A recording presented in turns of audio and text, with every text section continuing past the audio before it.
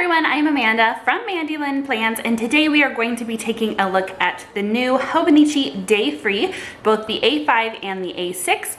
I am going to compare it to other books in the Hobonichi line and also walk you through them so that you can see some of the things that are the same in other planners and things that are different. So what is the Day-Free? Essentially, it is a planner that has the same wonderful paper that we all know and love from the original Hobonichis, and that is the Tomoe River paper. It has monthly spreads and then essentially blank daily pages, but instead of the normal daily pages, it is without a date. First up, we are going to talk about the A6, and I have some of the other planners here just to give you a size comparison. So this is the weekly calendar supplement, the Day-Free, an A6 avec, and then the A6 full year. So you can see how the size comparison is.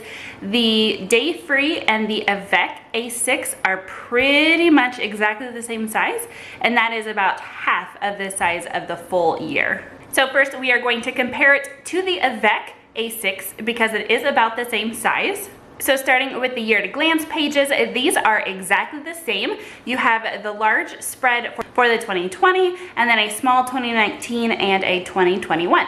The yearly index pages are also exactly the same. You have all the way from December of 2019 to March of 2021, and that is 2 months per page. The months are where things get a little bit different. Here I have the Day-Free, and it goes from December 2019 to March of 2021, as does the full year A6. But the avec goes from December 2019 to July of 2020 because it is the January to June. And then the July to December goes from June of 2020 to January of 2021. Now I am back comparing the Day-Free to the avec, the January to June.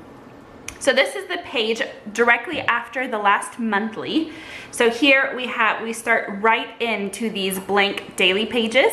So this is grid, and then we still have the Japanese quotes at the bottom, and then there's even a little flip book. So that's really a fun addition that they did in the place of the calendars. Here you will see that there's a little mini calendar on all of the daily pages. Because this is a Day-Free, they couldn't put a little mini calendar. So the Day-Free is lacking in color and pretty much everything else that you see on these pages, except it does still have this hidden line. I was actually surprised to find that in the Day-Free.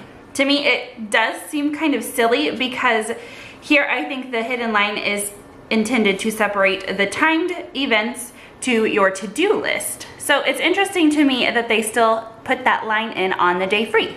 So then when we get to the end of the page in the dated daily original avec, we have the last day is June 30th.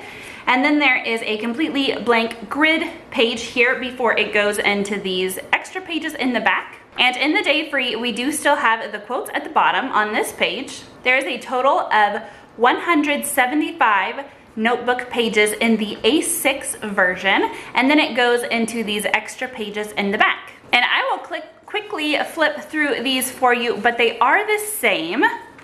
So just so you can kind of get a feel for the pages if you haven't seen another flip through. A lot of them for me personally, I won't use or even look at, but it was nice if you notice the addition to the My 100 page. There are a lot of people really excited that that is back into the planners. So again, these back pages, some of them are useful, but a lot of them are just in Japanese, and I will not reference those at all.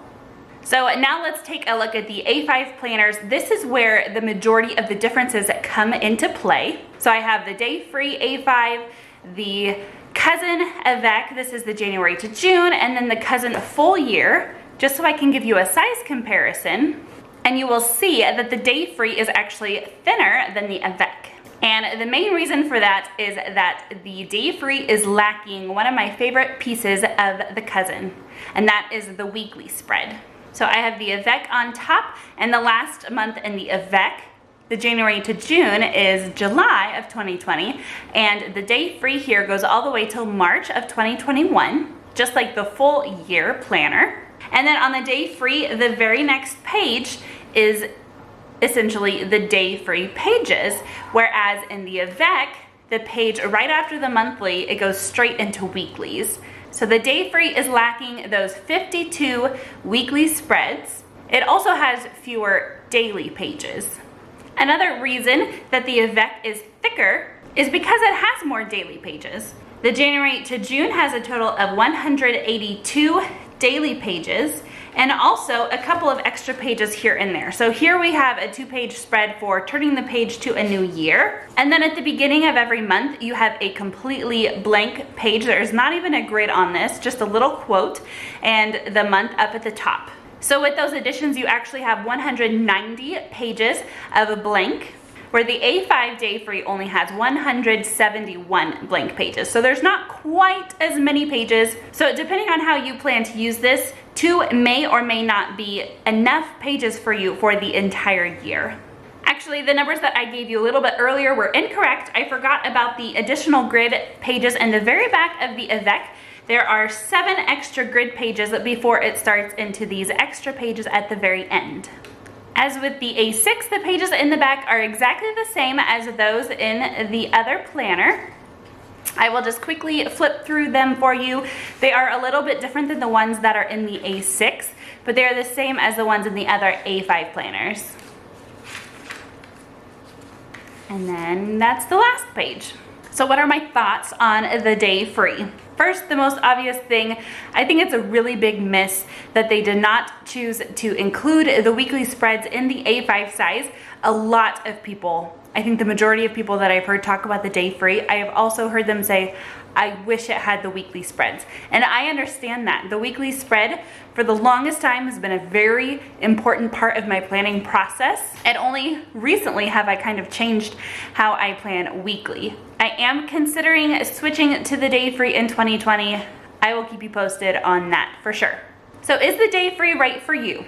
Whether it's the A6, smaller, cute, fit in your hand size, or the larger size, you might enjoy the Day-Free if you're the type of person that doesn't need a full entire page every single day. Maybe you like to journal and you only journal maybe 2 or 3 times a week instead of all 7. Maybe having dated pages makes you feel guilty when you skip a day, or makes you feel confined to only 1 page per day when you really would prefer to have more than one. So if you are somebody who maybe wants to skip a day of journaling or planning completely, or want to use less than a full page or even multiple pages, the Day-Free might be for you. At the same time, I have heard a lot of people talk about the accountability that a dated page provides. If you are somebody who has said that they want to do a certain thing every single day, there is a little bit to be said about having the accountability of the page and date already printed for you.